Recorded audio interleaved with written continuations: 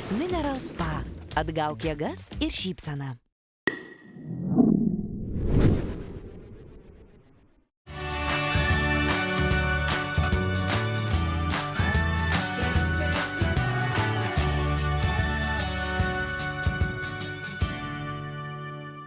Labas rytas Lietuvos ryto televizijos žiūrovai. Čia laida Švarūs miestai ir aš jos vedėja Justė Zinkevičiūtė.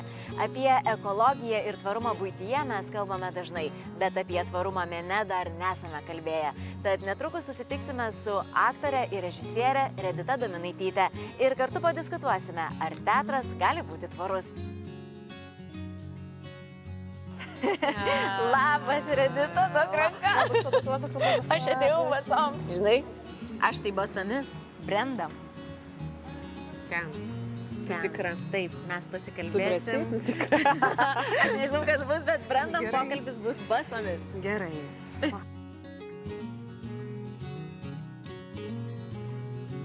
Redita, turiu prisipažinti, kad mes dar nesame filmavę tokioje vietoje, kai kojas skalauja vanduo.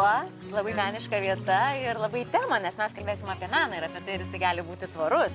Manau, kad kiekvienas sąmoningas kūrėjas šios dienos kontekste jisai vienaip ar kitaip paliečia šitą temą arba bent jau susiduria su ją. O koks gali būti tvarumo atspindys mene? Tai iš tikrųjų, žinai, aš visiškai neseniai įgijau diplomą taikomojo teatro metodų magistrantė esu. Ir būtent šitas metodas apima 14 skirtingų teatro žanrų. Vienas iš jų, tarkim, yra įvietintas menas, kas tai yra. Mes tam tikrą prasme esame dabar įvietintam filmavime, ar ne? Kada yra viskas natūralu, visas kontekstas natūralu. Lygiai taip pat įvietintas menas yra, manau, labai tampriai susijęs su tvarumu. Tiesiog mes atsirandame savo medžiagą, savo meninį kūrinį galima integruoti į tą erdvę, taupydami begalės dalykų. Mes taupome elektrą, taupome dekoracijas. Mes abi esame aktorės, tai pakalbėkim daugiau apie tvarumą teatre. Aš galvoju, kad netgi tvarumas prasideda nuo gastrolių, kai važiuoji, tarkim, kažkur į kitą miestą vaidinti ir gali net vežti tiesiog savo puodelį kavai ar arbatai, kad kiekvieną kartą nereiktų imti iš degalinės, ar ne? Tai tvarumas realiai prasideda nuo labai mažų dalykų. Tikrai čia yra nuo tokio tam tikro gyvenimo būdo ir sąmoningumo, kada tu įsisavini, kad tu gali tą puodelį pasiimti tiesiog į gastrolės, ar ne, jau nuo to tai yra pirmas žingsnis. Tavo pačios įkurtas knygos teatras savotiškai prikelia literatūros kūrinius antram gyvenimui. Taip, iš tikrųjų, kai tik tai įsikūrė knygos teatras prieš 12 metų, tai šitom temomis mažai dar kas diskutavo ir tai tikrai nebuvo pirmo plano tema, ar ne? Šiai dienai jau vėlgi keičiasi pats kontekstas ir principas, kad mes tą literatūrą prikeldami ją ir taupome, ar ne? Tai, žinai, aš manau, kad pastarieji 3 metai iš tikrųjų būtent yra labai taip aiškiai suvokiant tą tvarumo koncepciją eksploatuojami knygos teatre.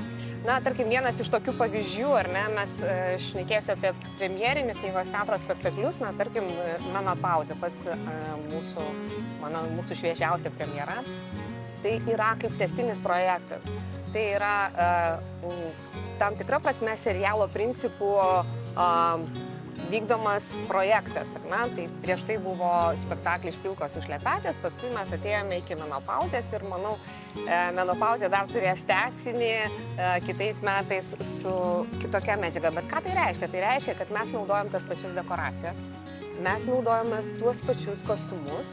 Aktorių jie keičiasi, bet jeigu mes turime galimybę, tarkim, panaudoti tuos kostiumus, su kuriais dirbome su kitom komandom, puikiai. Tai pasižiūrėkite, kiek mes esame jau sutaupę dėmenų. Ir žinai, kalbant apie tvarumą, tai prisiminkime, dabar jau mes nebeturime bilietų, visi ateina su elektroniniam versijom. Ir tai vėlgi sąmoningėja ir ne tik kūrėjai, bet ir pati visuomenė. Įpročiai atsiranda tokie, kad, aišku, ir technologijos įtakoja visą tai, bet viskas tai yra surišta. O dar kalbant apie tvarumą tavo pačios gyvenime, kiek jo yra daug? Taip, ir aš džiaugiuosi, kad tą tvarumą atnešė mano vaikai. Ir jie mane iš tikrųjų edukuoja. Arba vėlgi turėjom didžiulį konfliktą su mano draugė iš Vokietijos, kur aš tiesiog dėl plovimo taros plastikinės, aš ploviau tą tarą, jinai sako, tu eikvoji vandenį, Vokietijai to nedaro. O aš sakau, Lietuvoje daro ir mes susipykom per 3 dienas, susipykom su drauge. Ir dar pačiai dienai yra toksai juokas, kad iš tikrųjų tai yra mums svarbu. Jeigu atvažiuoja draugė po 20 metų ir sugeba mus sutikti dėl tvarumo, tai jau šį bei tą reiškia, kad mums tai yra tikrai, tai mums svarbu, mes galvojame apie tai, mums ne tas pats.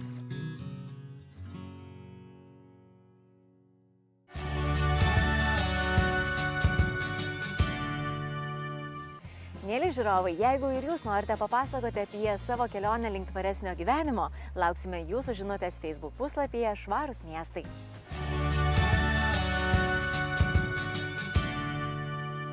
Šį reportažą pristato Gamintojų ir importuotojų asociacija Gamtos ateitis, licencijuota pakuočių atliekų tvarkymo organizacija, koordinuojant Lietuvos gamintojų ir importuotojų pakuočių atliekų tvarkymą. Apie pakuočių atliekų rūšiavimą plačiau gamtosateitis.lt. Šiandieną yra pakankamai daug dėmesio skiriama tvarumui ir žiediškumui. Tai pirmiausia, norėčiau atkreipti dėmesį, kad jeigu kalbame apie kartoninę pakuotę, tai yra eilę kartų perdirbama žaliava. Eilę kartų, tarkim, 15 metų atgal tai buvo maždaug apie 7-8 kartai. Šiandien dienai technologijos leidžia 20-23 kartus perdirbti. Na ir tikrai tikiu, kad kalbant apie popierių ir perdirbimą, ateis kažkada laikas, kada bus ir 30 kartų galima perdirbti. Kalbant apie produktų pakuotės Lietuvoje, tai, sakyčiau, yra ganėtinai daug plastiko. Natūralu, kad taip susiklosti yra istoriškai. Vėlgi reikia atkreipti turbūt dėmesį, ar tai yra tiesioginiam kontaktui su maistu, ar tai yra antrinė pakuotė. Na ir čia turbūt išsiskiria. Tai jeigu žiūrėtumėm į pačią rinką, kuri skirstoma į pirminę ir antrinę, tai antrinėje dominuoja gofruoto kartono, o pirminėje dominuoja plastikas. Aišku, šiandien dienai yra pakankamai daug pakuotės, kur yra kartoninė, tai yra vienas sluoksnis, tarkim, gali būti 250 gramų kvadratinių metrų, 300 ir daugiau. Tai, sakyčiau, yra tokios 3 turbūt sudėtinės dalis – plastikas, kartonas ir gofruotas kartonas. Na ir visa kita periferija, kaip paletės, apvyniojimo plėvelė ir panašus dalykai.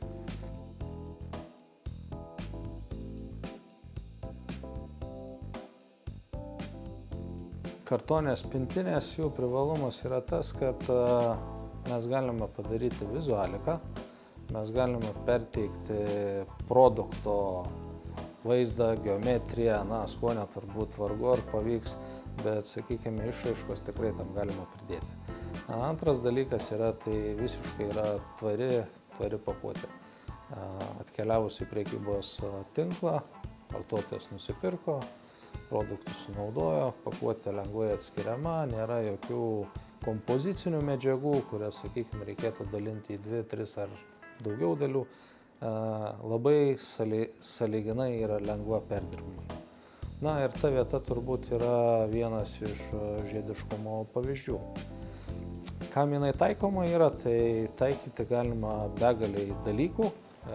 Tie dalykai prasideda nuo vaisių, uogų, daržovių ir, sakyčiau, galima užbaigti netgi ir šviežia mėsa, tai arba žuvimi.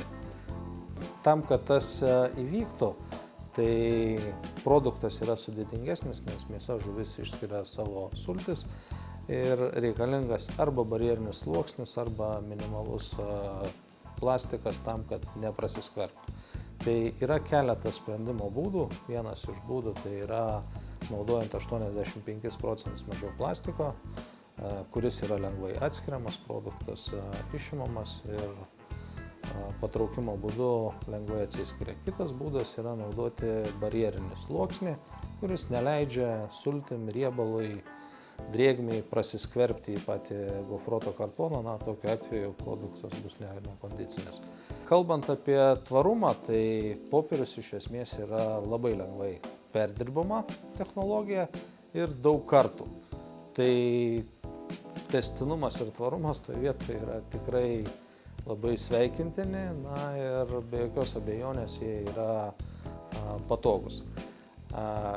Vėlgi, ką reikėtų turėti omenyje, produkto svoris. Jeigu mes naudojame, norime išmatuoti po 200 ar 300 gramų, galbūt sprendimas yra ir tiesiog iš vieno sluoksnio popieriaus.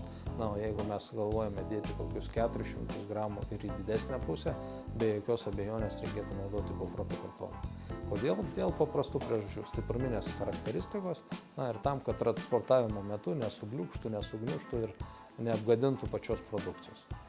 Vėlgi atvykus į prekybos centrą produkcija yra labai lengva, galima dėti į vitriną, galima tiesiog ant paletės palikti, na, čia jau yra pasirinkimo klausimas.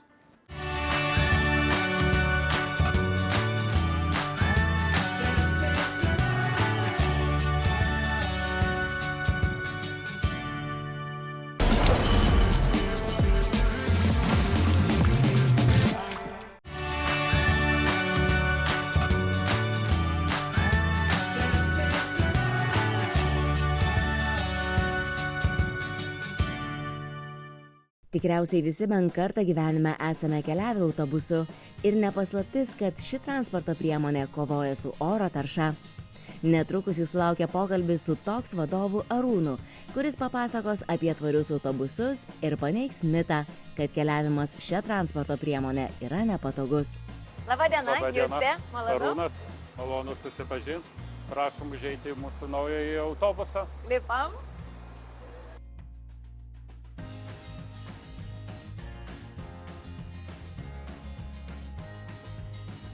Arūnai, mūsų pokalbis vyksta visiškai naujame autobuse, kur net galima užuosti tą naujumo kvapą.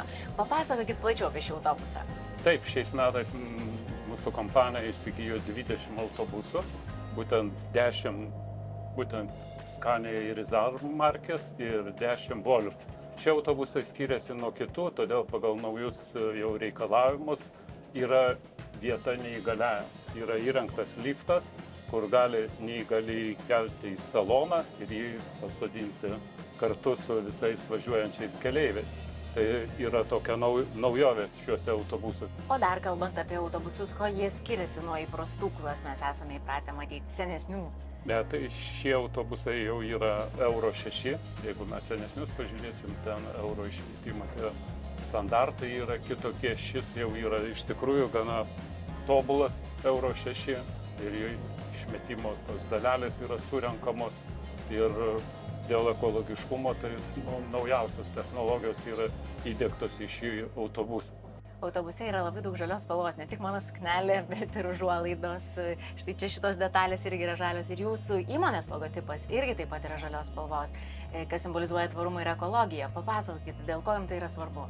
Taip, mes įmonėj prieš keletą metų tai pakeitėm spalvas ženklo. Šis ženklas buvo kitokių spalvų, bet pakeitėm būtent su tuo tvarumo ekologija ir bandom judėti tą linkme vis dėlto, pirkdami, atsinaujindami autobusus kol kas, nes jų išmetimo tikrai yra lygiai sumažinti tų taršių dalelių, bet taip pat ieškom variantų kitiem metam, būtent biodujomis varomų autobusų. Dar gamintojai daug nėra, kurie gamina, bet jau planuojame kitais metais tarpmiestiniams pervežimams Lietuvoje nupirkti 6 varomus biodujomis autobusus.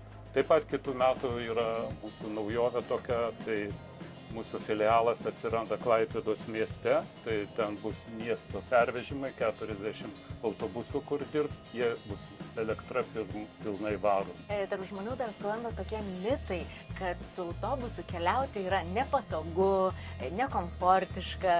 Ką galėtumėte pasakyti tokiems skeptikams, kurie taip sako? Na, matot, dėl patogumų tikrai gamintojai stengiasi sėdynės patogias padaryti, kondicionavimo sistemas patogias padaryti, bet vaizdai tai geresni pro langą, jie pastoviai keičiasi, keleiviai gali važiuoti užsiminėti, kaip dabar visi nepabėgam nuo kompiuterių, nuo iPhone'ų, ten telefonų išmaniųjų, tai jis gali puikiai, tas kelionė į pajūrį, pavyzdžiui, jeigu pažiūrėsim tas 4 valandas, jis gali jaustis kaip darbo vietoj autobuse.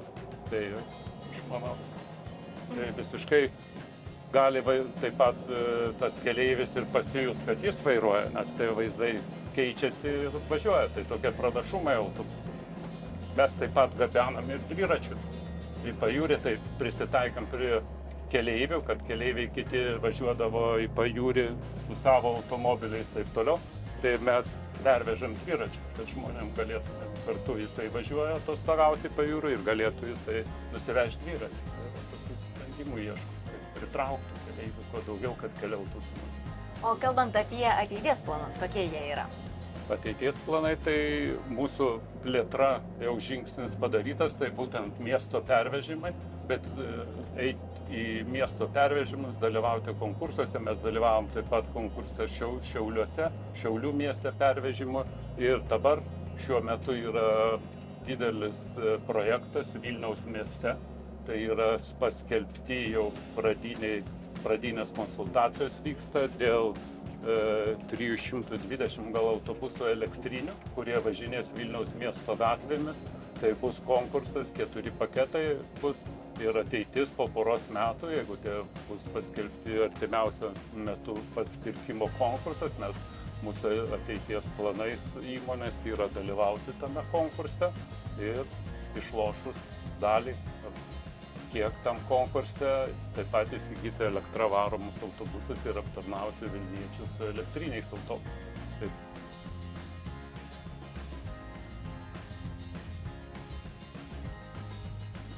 Dar kartą įsitikinau, kad kelionė autobusu yra komfortiška, važiuoji patogiai, nekaršta, gali naudotis Wi-Fi, tad telieka važiuoti ir mėgautis kelione.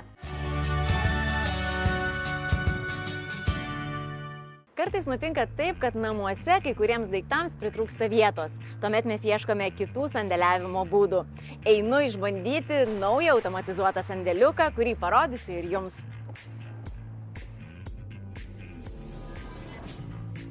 Programėlė jau mano telefone, spaudžiu jungti, stoviu prie pirmų vartų, atidarau.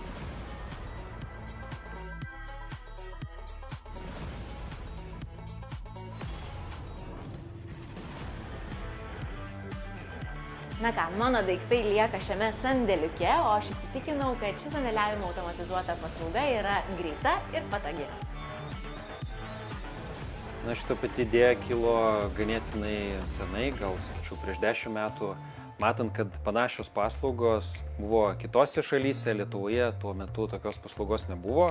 Kol subrendo pati idėja, atsirado panašios paslaugos čia ir Lietuvoje, atsidarė sandėliukų centrų, bet jos įsikūrė patalpose, kurios nebuvo nuo pradžių pritaikytos šiai veiklai, kažkokiose senuose industrinėse patalpose. Tai noras buvo padaryti kiek kitokią paslaugą, pakelti ją į aukštesnį lygį ir ką mes padarėme, pastatėme pastatą, kuris yra nuo pat pradžių buvo suprojektuotas, suplanuotas iš karto šitai veiklai. Tai automatiškai gaunasi ir padaryti, kad automatizuotas būtų valdymas, pats patekimas, išsikrovimas, kad būtų patogus, kad būtų galima šildymo, vėdinimo sistemą tokią suprojektuoti ir padaryti, kad būtų tinkama daiktų laikymui. Ir su pačia aplikacija, gal kas yra skirtumas palyginti su kitom alternatyvom, galima patekti, kada tik tai reikia, ar tai darbo diena, ar tai būtų savaitgalis, tiek kartų, kiek reikia. Tai iš principo, to sandėliukų galima iš karto naudotis kaip savo. Tai čia vienas iš tokių privalumų.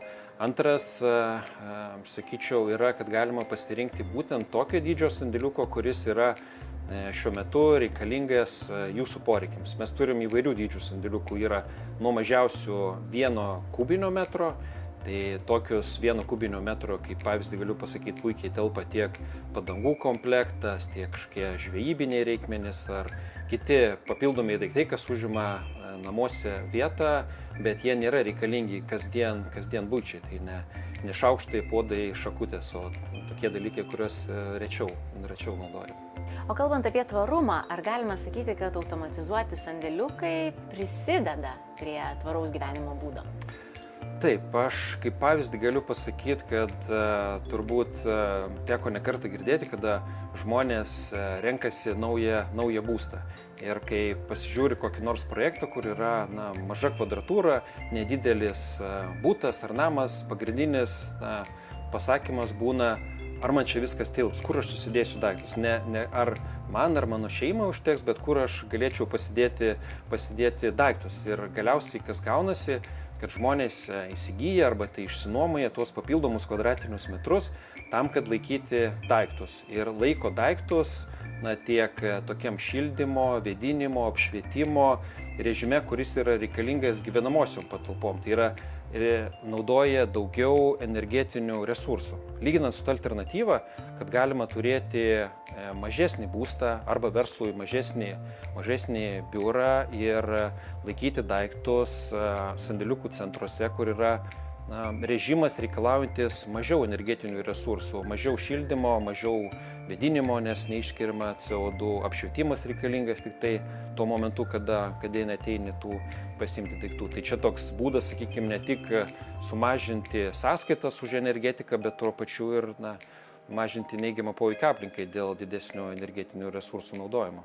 O jeigu šį automatizuotą sandėliavimo būdą lygintume su tais tradiciniais, senaisiais sandėliavimo būdais, sandėliukuose, kažkokiuose konteineriuose, čia kokie skirtumai yra? Geras klausimas, nes iš tikrųjų daiktų žmonės laiko dažnai ne tik namuose, bet ir kažkur tai rūsiuose, senuose garažuose, jūriniuose konteineriuose, kur yra didesnė tikimybė, kad daiktas bus pažeistas dėl drėgmės, dėl prastos ventiliacijos, dėl tų pačių graužikų, nes nėra užtikrinta graužikų prevencija.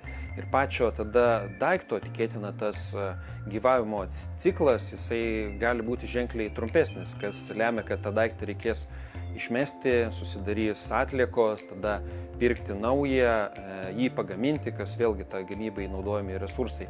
Vietoj to, kad laikant naujam sandėliukų centre, kur yra šiuolaikiška vėdinimo sistema, šildymas, graužikų prevencija, yra užtikrinamos sąlygos, kurios galėtų leisti tam pačiam daiktui turėti ilgesnį gyvavimo ciklą ir sumažinti tą neigiamą poveikį aplinkai dėl naujų daiktų gamybos ir tokiu būdu prisidėti prie tvarumo miestuose.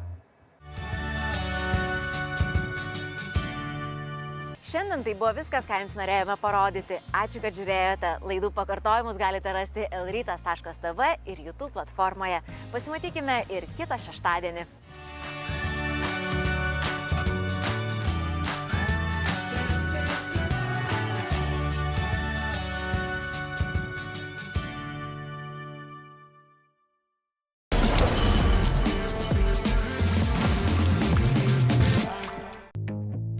Vytautas Mineral Spa. Atgauk jėgas ir šypseną.